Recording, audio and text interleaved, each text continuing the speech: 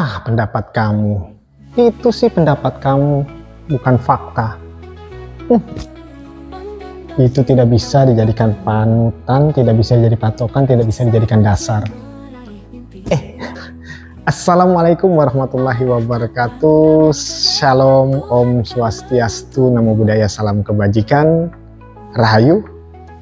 Di sini saya sebagai guru bahasa Indonesia akan menjelaskan tentang materi pada hari ini, yaitu tentang teks, argumentasi, memahami, dan menulis.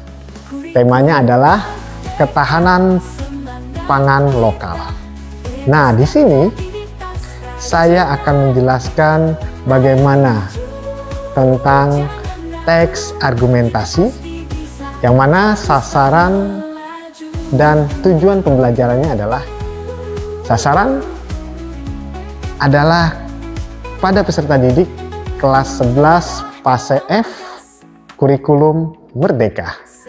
Nah, kalau tujuan pembelajaran pada pertemuan kali ini adalah untuk mengajak peserta didik berpikiran kritis, mampu menyusun teks argumentasi sesuai struktur, ide pokok, yang pastinya menyeimbangkan fakta dan opini sesuai dengan tema yang ditentukan.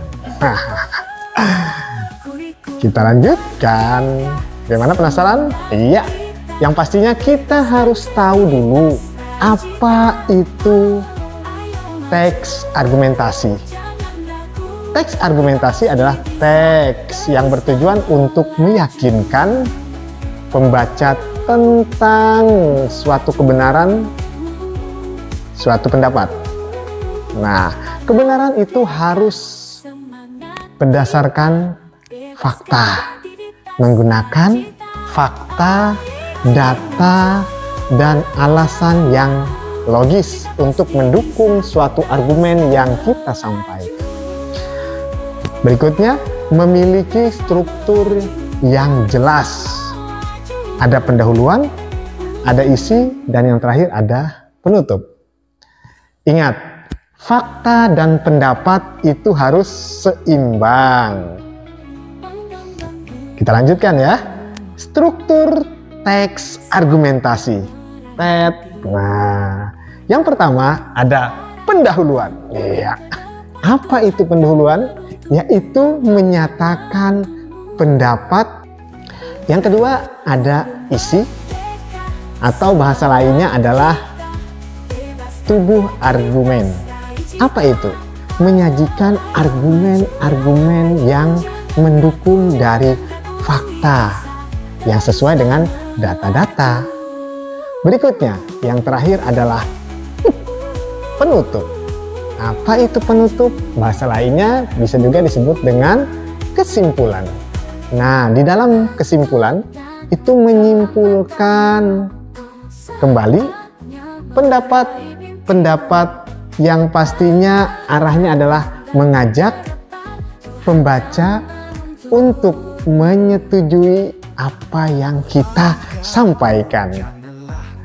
Berikutnya, kita lihat di sini ya.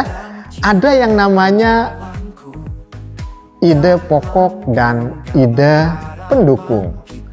Yang pastinya ide pokok adalah gagasan utama yang ingin disampaikan dalam teks tersebut. Berikutnya, ada ide pokok, berarti ada yang namanya ide pendukung.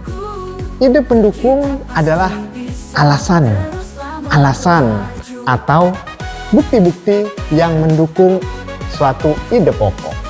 Seperti yang dikatakan tadi, ada fakta dan ada opini. Apa itu fakta? Pasti penasaran kan? Fakta adalah pernyataan yang pastinya dapat dibuktikan suatu kebenarannya. Kemudian apalagi satunya? Opini. Opini biasanya adalah pernyataan yang mengungkapkan perasaan atau pendapat pribadi. Seperti itu ya. Ya, tapi semuanya itu harus berimbang antara fakta dan opini. Nah, dalam menulis teks argumentasi, yang pastinya tema yang sudah kita masukkan tadi adalah ketahanan pangan lokal. Yang pasti, pertama, pilih topiknya. Topik yang spesifik itu seperti apa. Lalu kita lanjutkan, kumpulan data. Atau kita kumpulkan data sespesifik mungkin atau sejelas-jelasnya. Datanya seperti apa? Itu baik kita lihat dari data-data yang harus kita cari faktanya, statistiknya, kemudian contoh-contoh yang mendukung suatu argumen Anda. Ikuti struktur teks yang pastinya kita harus memasukkan di dalamnya itu argumen yang telah kita sampaikan itu sejelas-jelasnya. Dan tidak lupa kita harus apa? Gunakan bahasa yang jelas dan yang pastinya ada yang namanya ajakan. Atau bahasa lainnya adalah persuasif. Seperti ini. Pentingnya mengutamakan pangan lokal untuk masa depan yang lebih baik. Dalam era globalisasi, ketergantungan kita pada pangan impor semakin meningkat. Bagaimana? Tertarik mempelajari teks argumentasi dan membuat teks argumentasi? Akhir kata saya ucapkan Assalamualaikum warahmatullahi wabarakatuh. Tetap semangat, selalu berpikiran positif dan selalu bersyukur. Bye.